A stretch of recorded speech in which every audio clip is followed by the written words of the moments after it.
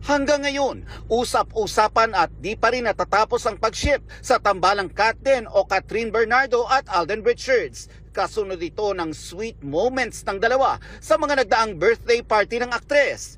Diretsahan na naming tinanong si Alden sa real score nila ni Kat at ang bulong niya, what you see is what you get.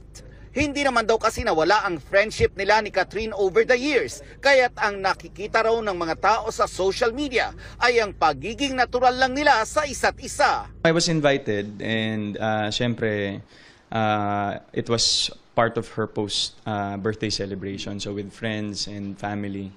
Masaya naman yung naging experience, and you can see how happy Kath is right now. Tinutokso kayo online eh. Hindi lang din talaga kailangan laging ipamalita sa social media yung mga ganyan eh, but you know, sometimes yung mga personal things that's happening